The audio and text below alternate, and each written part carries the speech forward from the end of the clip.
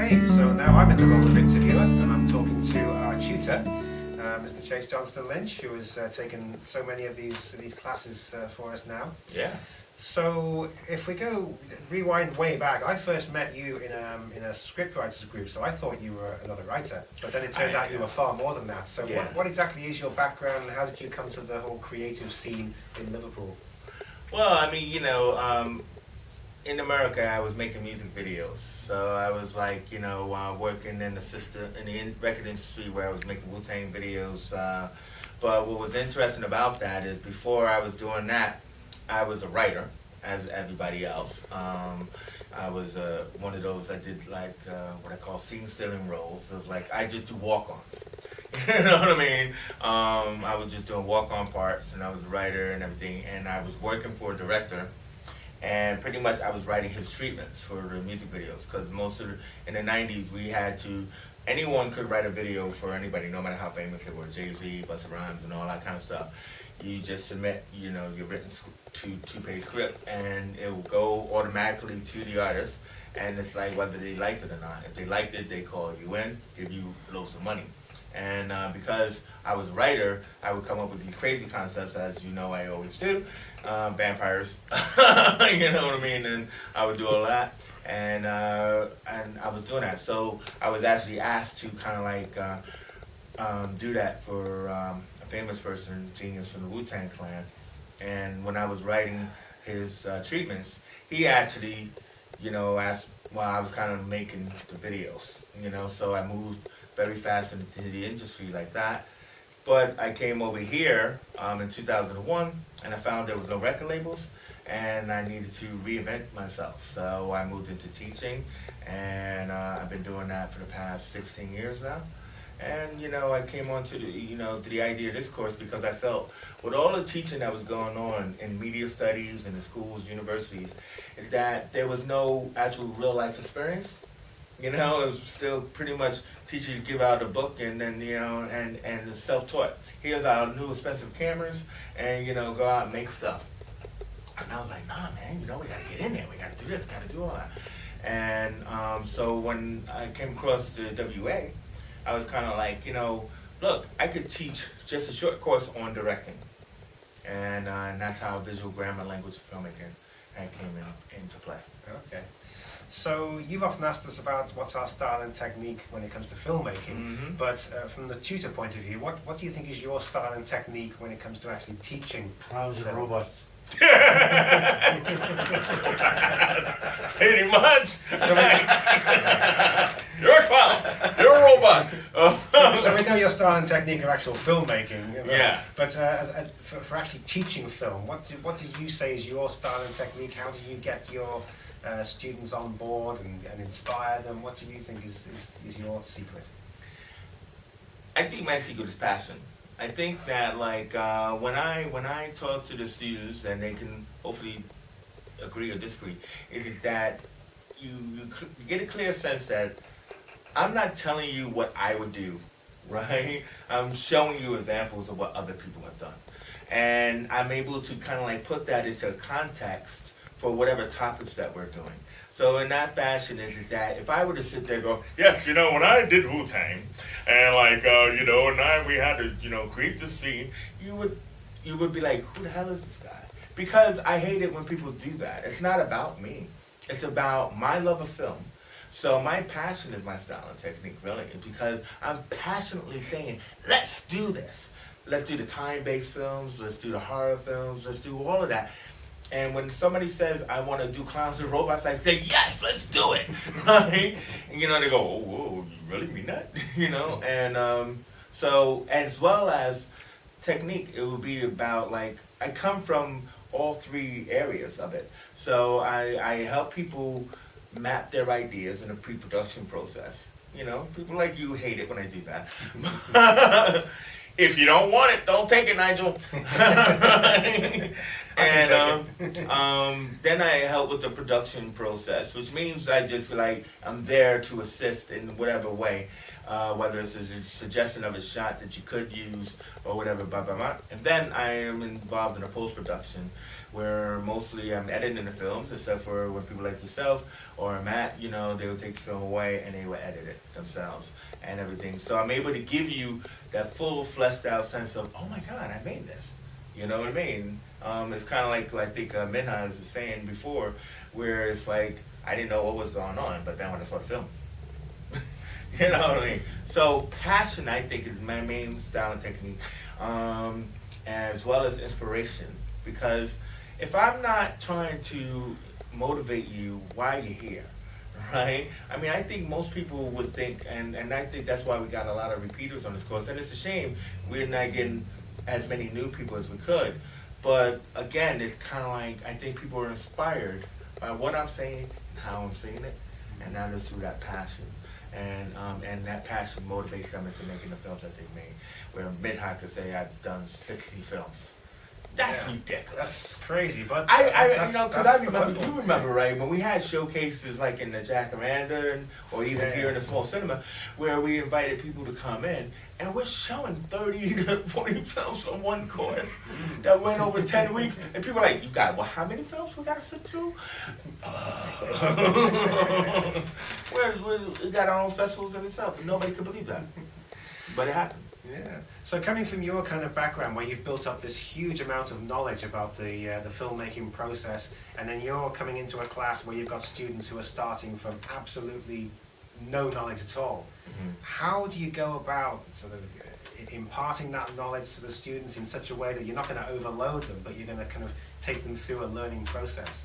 So that's a fantastic question, because I teach like young kids now too as well. You know, and which that's fantastic, is that I don't walk in on the day knowing what I'm going to do.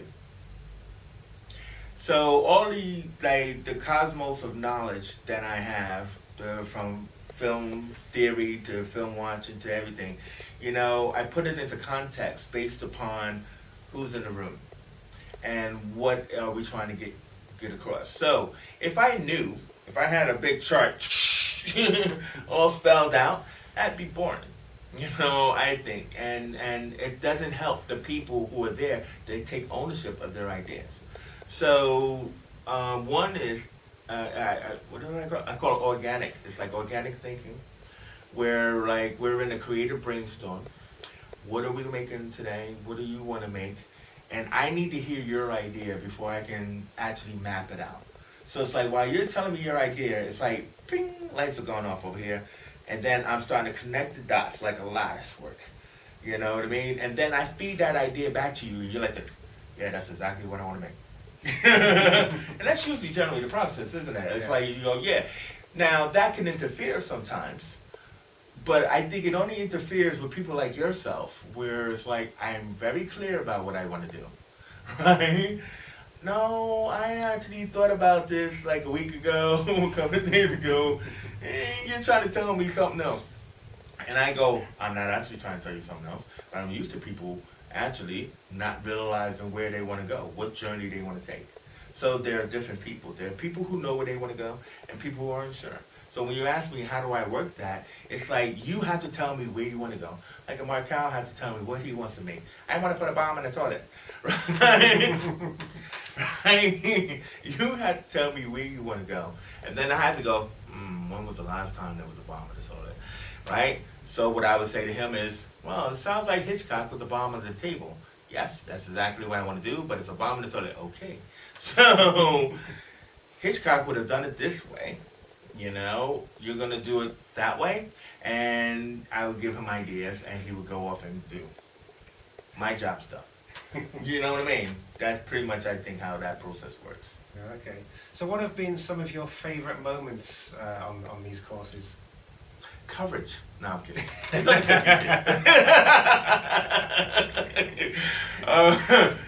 To be honest with you, my favorite moment was the first time in the Alpha class that we did the interpretation films, right? Which we really didn't talk about. The idea was, if it's the end of the world, right? It's the end of the world, and like somebody wrote a script, and Gary's script, Gary Evans. Was it Gary who wrote that script? Was it Thinking of You? Thinking of You. Thinking of You. Thinking of You. That was. Thinking of You. The No, last it time wasn't Gary. Gary Evans, the other Gary. Oh, the other Gary. The writer Gary. Writer Gary. Not the cameraman Gary. There's too many Garys. Sorry. My favorite moment was the Gary Evans was also in that writing group, and we were in the writing group, and they performed the script, and 2 people performed the script, and I was like, oh my God, that is so simple. And it just came to me that, like, you know what? This could be seen so many different ways, because they did it twice. Were you there when they did that? Yeah. Because that was at the Goslin building. So I was like, because people commented on it, and then they actually re-performed it, which we didn't usually do at that time. And then I was like, you know what? What if somebody wanted to do this version of that version of it? And that became the interpretation film. So then we had like about 10 so people in that course. So when we started to ask people to interpret that one script into their own style and technique, we had zombie version, we had the apocalyptic version. There was no other better moment than that, really, because, you know, to have people recite those very simple lines and then zombies attack. I mean, or to actually see, like Gary Phillips' version, the apocalyptic one, he's in a basement, and Timmy and Helen are doing the scene, and it's reading the same dialogue, but they're in a bomb shelter. And you did the scene in Goslin's building, remember? Yeah. Me, as an actor. And you did a very simple version of that scene, and I was like, this is beautiful. This is amazing. This is what this course is about. You know, because you couldn't make that up. Every director had their own style and technique, and that was like, it was so well received because they all had the same script. You know, now the other thing too is Helen Shergo was fantastic because like as pretty much one of the only females involved in the course, she had to play the same role 10 different ways, and I was like, this is what this is all about. Favorite moment. Cool.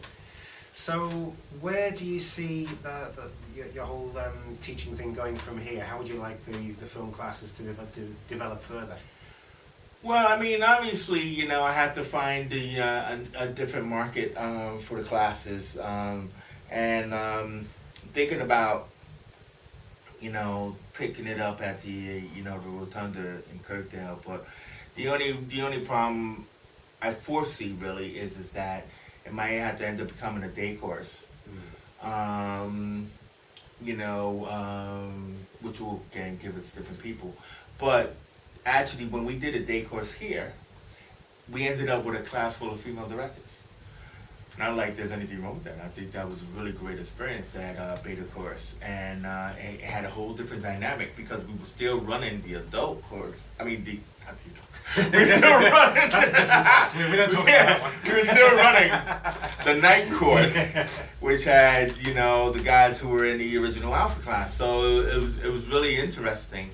That dynamic, but I love the passion of being able to do this course with different sets of people, and that's what I look forward to, is that to find a new set of people to do this course.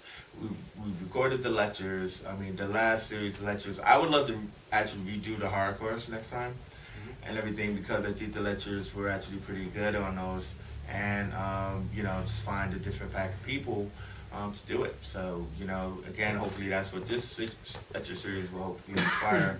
If it goes on to the WEA website, that look, we're looking for you. We're looking for you to come and make these films. And also we put the clips in there to see the experience over the whole time. Good stuff. Well, I want to say thank you very much to you, Chase, for imparting your knowledge and wisdom to us for all these courses. Thank you very much, Nigel. I mean, very good questions. I really loved it and everything. So, close it out then.